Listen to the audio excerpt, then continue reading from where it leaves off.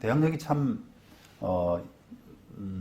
중요한 기능을 갖고 있습니다. 여러분들이 뭐 집주인 바뀌면 당연히 바뀐 집주인한테 뭔가 내 권리를 주장할 수 있는 거 아니야? 임차인으로서 그런 당연한 그 어떤 생각을 하실 수도 있는데, 이 법이 만약에 없다, 임대차보호법, 주택임대차보호법이나 상가건물임대차보호법이 없다라고 하게 되면은 그게 쉽지가 않습니다.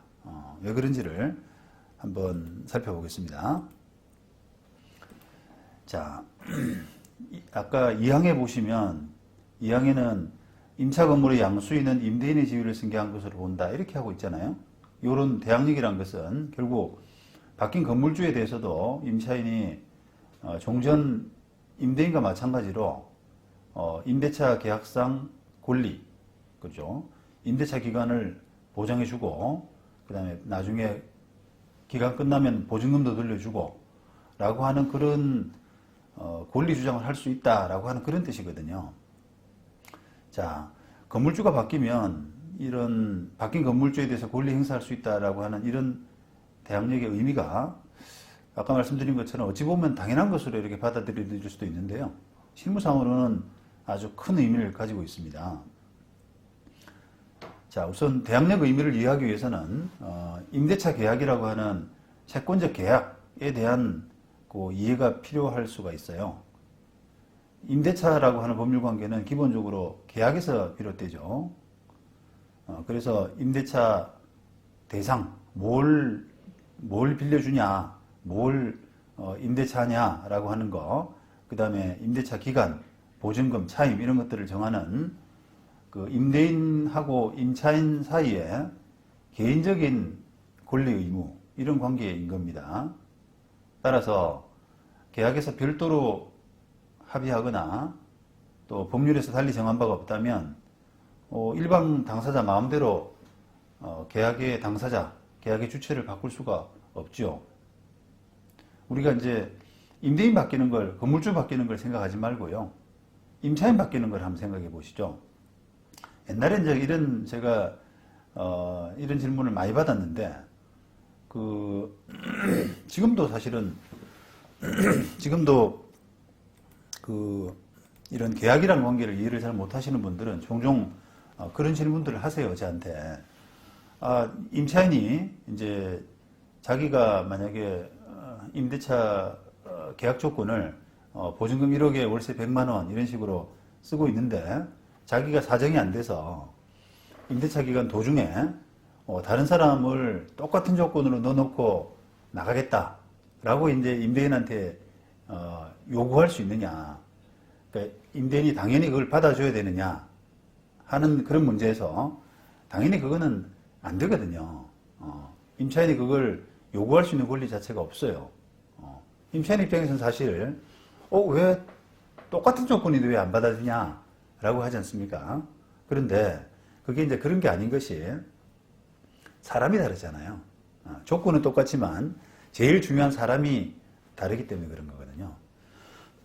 그래서 만약 사람이 다르다는 게 무슨 의미냐라고 하게 되면은, 이 계약을 지키고 어떤 신뢰 관계를 가지고 하는 그런 부분에서 누가 계약 당사자가 되느냐라고 하는 부분은 계약에서 아주 중요한 부분입니다. 그런데 그걸 마음대로 나 대신에 저 사람을 넣어놓고 내가 나가겠다 라고 이렇게 마음대로 계약을 바꿀 수 있는 그런 권리는 사실 없지 않습니까?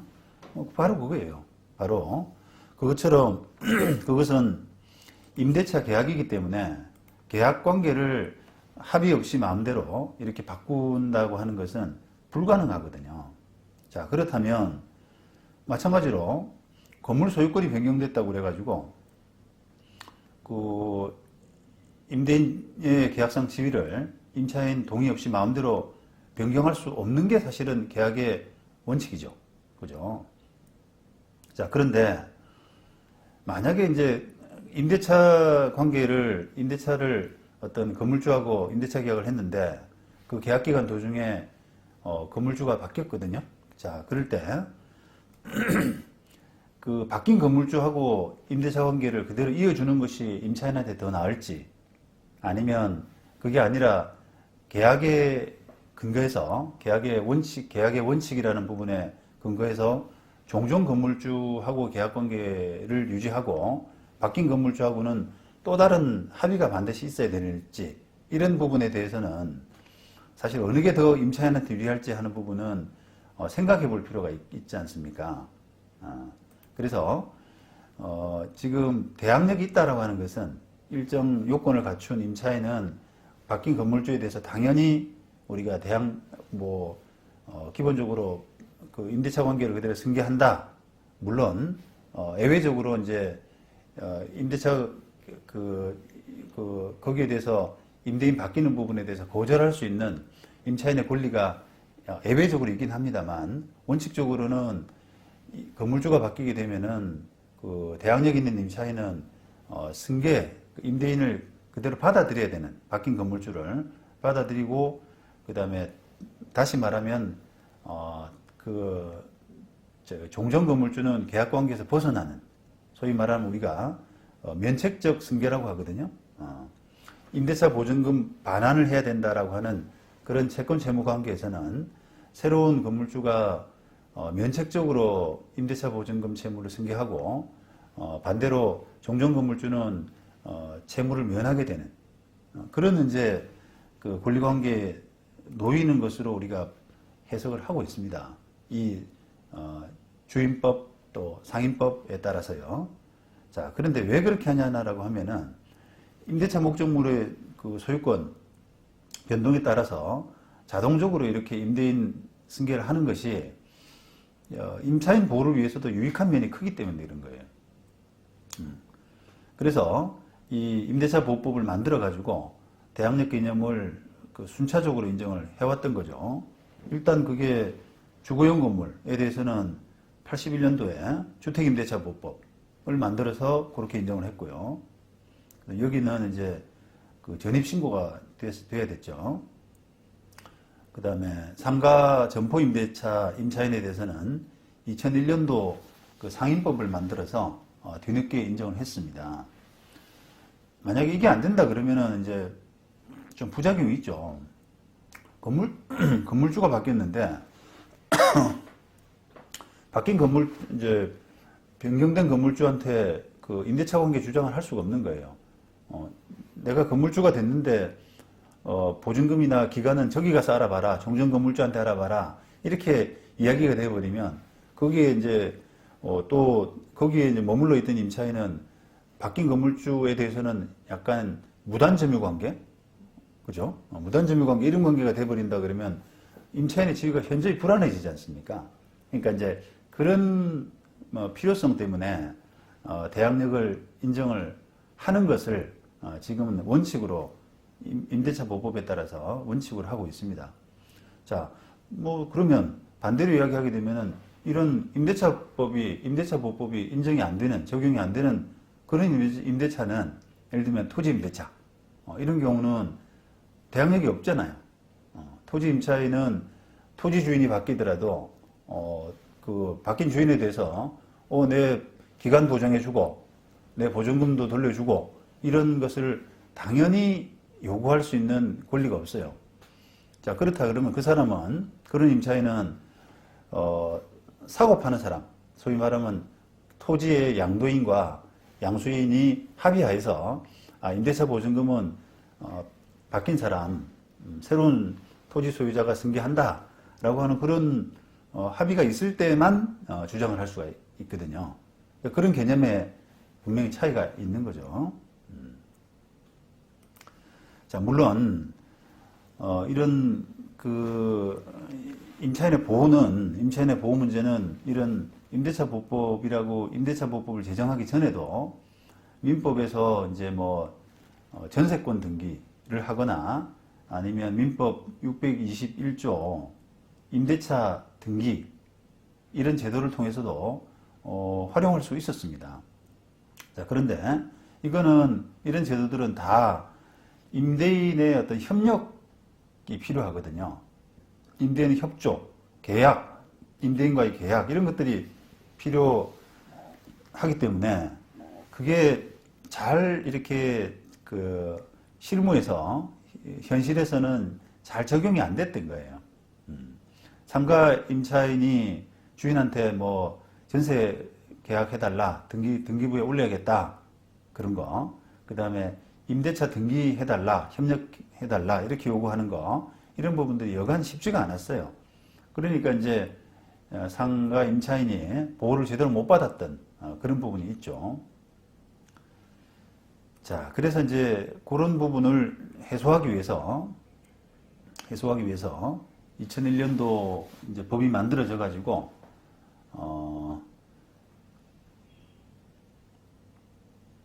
법이 만들어져서 이런 부분을 해소를 했습니다. 법 제정 전에는 대부분 그 상가 건물주 변동으로 인한 임대인 지위승계 문제, 즉 대항력 문제는 건물 사고 파는 사람들의 선의에 맡겨져 있었죠. 그러니까 그 사람들이 이거 임차인 승계한다, 안 한다, 이렇게 정하는 바에 따라서 임차인은 지위가 이렇게 될 수도 있고 안 될 수도 있고 하는 그런 관계로 이제 좌지우지 됐던 거예요. 그래서 만약에 상가 건물을 사고 파는 과정에서 고의로 임대차 계약을 승계하지 않을 경우에는 계약기간 도중에 나가야 되거나 아니면 보증금 반환받는 부분에서 임차인이 이 속수무책으로 피해를 입는 경우가 아주 많았었습니다. 자, 이게 그 실무상으로 꽤나 많이 일어나는 문제입니다. 보통 우리가 이제 선의를 가진 사람, 나쁜 마음을 안 가진 사람은 그 건물 사고 팔면서 도대체 임대차 계약을 승계하지 않는 사람도 있냐라고 생각할 수가 있는데 그런 경우가 왕왕 있어요. 왜냐하면 상가 건물 같은 경우는 특히 이제 주택과 달리 주거용 건물과 달리 이게 이해관계, 이권이 있거든요. 그러니까 주거용 건물은 그래봐야 사람이 뭐 전세 보증금 내지 월세 주고 요 정도 사는 정도 이해관계인데 상가 건물은 기본적으로 이제 권리금이라는 것이 붙어 다니기 때문에 그 사람을 이제 어느 정도 기간 동안에 영업을 하느냐 안 하느냐 이런 보장 문제가 굉장히 중요한 그런 이슈가 되어 있습니다. 주거용 건물과 달리. 그래서 장사 잘 되는 이런 그 상권, 점포에 장사를 잘 하고 있는데 다른 사람이 그 건물주가 돼가지고 저 자리에서 내가 똑같은 뭐 똑같은 업종이라든지 또는 다른 업종이라든지 한번 해보겠다, 이렇게 해서 바로 임차인을 내보낼 수 있는 그런 상황이 된다 그러면 그걸 투자를 하는 거죠. 그죠? 그러면서 사고 파는 과정에서 승계를 안 해버려요, 그냥 고의로. 자, 그러면 만약에 임대차 계약 기간이 5년인데 만약에 2년 정도 지난 시점에서 사고 팔면서 임차인 승계를 안 한다라고 하게 되면 어떻게 되느냐? 그러면 이제 그런 조건으로 또 건물값을 이제 많이 후하게 쳐주거든요. 그러면 돈을 이제 많이 받은 그 건물주 양도인은 보증금은 내가 그냥 돌려줄게, 너 나가, 이렇게 하는 거고, 그럼 임차인은 기간이 남았지 않느냐 그러면은 저 사람이 보장 못 해준대 라고 해서 그냥 책임을 미루는 거예요. 자, 그렇다 그러면은 승계를 안 한, 이게 사는 사람이 승계를 안 했다 그래서 어떤 법적으로 나무랄 수는 없거든요. 그 사람하고 무슨 계약 관계가 있는 것도 아니고 하기 때문에 그 계약 위반으로 뭐 책임을 물릴 수도 없고 하기 때문에 결국은 임차인으로서는 종전 건물주, 자기가 임대차 계약을 한 임대인, 그 사람 상대로 이제 계약 위반에 따른 손해배상 이 정도를 할 수가 있잖아요. 근데 그게 예를 들어서 이제 뭐 5년 계약을 하고 뭐 투자를 하고 했는데 2년 만에 건물주가 바뀌어가지고 나가라 그런다. 그러면 그게 이제 임차인 입장에서는 나가라 그런다 그래서 바로 나갈 수가 없잖아요. 그러면 산 사람이 소송을 하게 되고 소송하면은 한 1년 정도 할 거 아닙니까? 그러면 거기서 이제 보통 양도인, 기존 건물주를 증인으로 불러가지고 정말 승계 안 했냐, 이걸 승계 안 하고 팔았냐, 이런 부분을 증언을 들은 다음에 승계를 정말 안 했다라고 하게 되면은, 임차인은 나가야 되는 겁니다. 그야말로. 그러면은 5년 중에서 뭐 한 3년 만에 나갔다, 소송 끝에 3년 만에 나갔다 그러면 2년 동안에 뭔가 장사를 못함으로써 입은 손해, 이런 부분을 이제 규명을 해서 종전 소유자한테 손해배상 소송을 해야 되는 그런 구조죠. 그런데 그런 손해배상이 여의치가 않아요. 자기가 2년 더 했더라 그러면 뭐 얼마를 벌었을 건지, 이런 부분들이 어차피 이제 이게 그 5년 지나면 맨몸으로 나가야 되잖아요. 우리가 권리금 회수 청구권이라고 해서 2015년에 그 도입된 제도가 없을 때는 임차인은 그냥 계약기간 5년이 지나면 맨몸으로 나가야 되는 그런 지위에 있으니까 소송해가지고 뭐 한 2년 빨리 나갔다고 그래서 임차인이 입은 손해, 이 부분을 이제 주장은 할 수가 있는데 그걸 사실상 입증하기가 쉽지가 않단 말이죠. 그러니까 그 손해배상을 각오하고 그냥 그 승계 없이 그냥 팔아버린 겁니다. 그렇게 피해를 입는 경우가 아주 많았어요. 많았습니다. 그래서 이제 이게 보십시오. 상가 건물 임대차 보법을 만들어서 2001년도에 만들어 가지고 그 대항력이라는 제도를 이제 우리가 세팅을 했는데 그 대항력의 범위가 2015년도까지는 그 환산보증금 기준 이하, 그죠? 정해진 환산보증금 기준 이하 소액 임차인만 보호가 됐기 때문에 그 법이 만들어지기 전에는 이런 이제 대항력의 그 어떤 그 보호를 어떤 상가 임차인도 못 받은 거고요. 물론 뭐 아까 말씀드린 전세권이나 임대차 등기 이런 그 보호 장치를 한 임차인은 좀 다릅니다만 그런 보호 장치를 안 한 사람은 주인 바뀌면 그냥 속수무책인 거죠.